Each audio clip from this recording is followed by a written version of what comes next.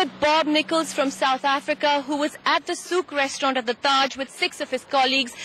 They're a group of trained security people trained to do VIP protection.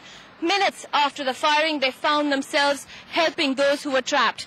Tell us, Bob, tell us about that night. We were actually having dinner. Initially, we heard what was going on, but we were told that it was a gunfight in the lobby, 2 gangs fighting or something, so we weren't particularly perturbed. We obviously learned that it was a terrorist attack. We heard the first 2 blasts going off. We were then told that these guys were loose in the hotel. They were running around and shooting and throwing grenades and so forth. So we decided that the area that we were in wasn't particularly secure. We imagined that there was a good possibility they'd try and make their way to the top of the building, which is where we were. We were getting information from outside as much as we could. So we decided that the best thing for us to do was to secure the area ourselves, which is what we did. And how exactly did you go about doing that? How many people were there? Just if you could describe that briefly.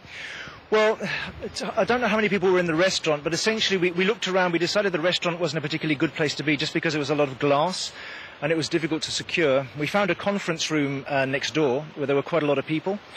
So we moved everybody from the restaurant into the conference room.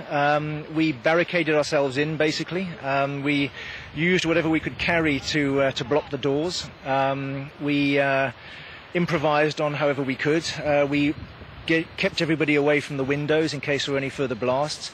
We tried to inform everybody. We told them who we were and we explained what we were doing, and that as we got information we'd keep them briefed.